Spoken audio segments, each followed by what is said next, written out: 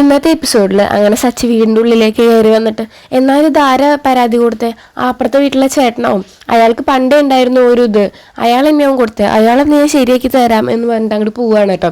അപ്പത്തിന് രവി വേഗം പിടിച്ചു നിർത്തും. നീ എന്തായി ചെയ്യാൻ പോണേ? വേറൊരു സംശയത്തിൻ്റെ പേരിൽ അങ്ങനെ ഒരാളോട് പോയിട്ട് എന്താ നീ പറയാൻ പോണേ എന്നൊക്കെ ചോദിക്കും കേട്ടോ. എന്നാലും വെച്ചത് ആരെ കംപ്ലൈൻറ്റ് കൊടുത്തതെന്ന് അറിയണ്ടേ ചോദിക്കും. അതിന് നീ എന്താ ചെയ്യാൻ പോകുന്നത്? എല്ലാ വീടുകളിലും കയറിയിട്ട് ആരെ കംപ്ലൈൻറ്റ് കൊടുത്തതെന്ന് ചോദിക്കാൻ പോവാണോ? അങ്ങനെ ചോദിച്ചാൽ തന്നെ ആരെങ്കിലും സത്യം പറയുമെന്നൊക്കെ അവന് പറയട്ടോ.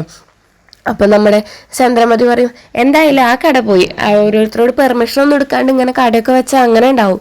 ഇവളുടെ എന്തൊക്കെയായിരുന്നു ഇവളുടെ അഹങ്കാരം, ഇപ്പം അതൊക്കെ പോയില്ലേ എന്നൊക്കെ അങ്ങനെ പറയട്ടോ. അപ്പം നമ്മുടെ ശ്രുതിയും പറയും, അത് എല്ലാത്തിനും ഓരോന്നിനും അതിൻ്റെ ലൈസൻസ് എടുക്കുകയും കാര്യങ്ങളൊക്കെ ഉണ്ട്, അല്ലാണ്ട് ഓടിപ്പോയി ഒരു കട വെച്ചാലൊന്നും അത് അവിടെ വെക്കാനൊന്നും പറ്റില്ല എന്നൊക്കെ തന്നെ പറയട്ടോ.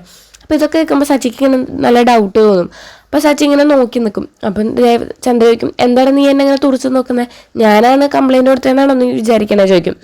അപ്പോൾ ഞാൻ എന്ത് വേണമെങ്കിലും വിചാരിച്ചോട്ടെ, പക്ഷെ ആരെ കംപ്ലൈൻറ്റ് കൊടുത്തതെന്നുള്ളതിന് തെളിവ് സഹിതമായിട്ട് ഞാൻ ഒരിക്കൽ വരും എന്ന് തന്നെ പറയും. അപ്പോൾ അവർക്ക് അതിനൊന്നും പേടിയാവും കേട്ടോ. അങ്ങനെ രേവതി പറയും, ആരേനും ഒന്നും പറയണ്ട, ഇതെൻ്റെ വിധിയാണ്. എനിക്ക് അടുക്കളയിൽ ഇങ്ങനെ അടുക്കളയിൽ കൂടാനാണ് വിധി. അടുക്കളയിലത്തെ ജോലി ചെയ്തിട്ടും പാത്രം കഴുകിയിട്ടൊക്കെ നിൽക്കാനാണ് എനിക്ക് വിധി, അല്ലാതെ സ്വന്തമായി പണം സമ്പാദിക്കാനൊന്നും എനിക്ക് വിധി ഇല്ല എന്ന് പറഞ്ഞിട്ട് ഇങ്ങനെ രേവതി ഉള്ളിലേക്ക് കയറിപ്പോവും. അപ്പം അച്ഛൻ പറയും, എടാ നീ പോയിട്ട് അവളെ സമാധാനിപ്പിക്കുക, അവൾ രാവിലെ തന്നെ ഭക്ഷണം കഴിക്കാതെ പോയത്, അവൾക്ക് എന്തെങ്കിലുമൊക്കെ കൊടുക്കുക എന്നൊക്കെ അവന് പറയും കേട്ടോ. അതിനുശേഷം രേവതിയുടെ അടുത്തേക്ക് പോവുകയാണ് സച്ചി. അങ്ങനെ രാത്രിയായിട്ടും രേവതി ടെറസിൻ്റെ മുകളിൽ പോയിട്ട് ഇങ്ങനെ ഓരോന്ന് ആലോചിച്ചിരിക്കുകയാണ്. അപ്പോഴും സച്ചി വന്നിട്ട് ഭക്ഷണം കൊടുത്തിട്ട് പറയും, നീ ഭക്ഷണം കഴിക്കുക പറയുമ്പോൾ, എനിക്ക് വേണ്ട സച്ചിയേട്ടൻ കഴിച്ചോ പറയുമ്പോൾ, നീ കഴിച്ചില്ലെങ്കിൽ ഞാൻ കഴിക്കില്ല പറയട്ടോ. അപ്പോൾ രേവതി ഇങ്ങനെ സച്ചിനെ അങ്ങനെ നോക്കി നിൽക്കുകയാണ്.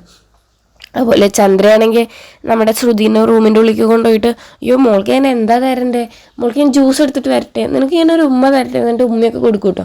എന്നിട്ട് ശ്രുതിക്ക് കുടിക്കാനുള്ള ജ്യൂസൊക്കെ ആയിട്ട് വരികയൊക്കെയാണ് ഇന്നത്തെ ഒരു എപ്പിസോഡിൽ. അപ്പം നിങ്ങൾക്ക് എൻ്റെ വീഡിയോ ഇഷ്ടമാവുകയാണെങ്കിൽ ലൈക്ക് ചെയ്യുക, ഷെയർ ചെയ്യുക, സബ്സ്ക്രൈബ് ചെയ്യുക, സപ്പോർട്ട് ചെയ്യുക.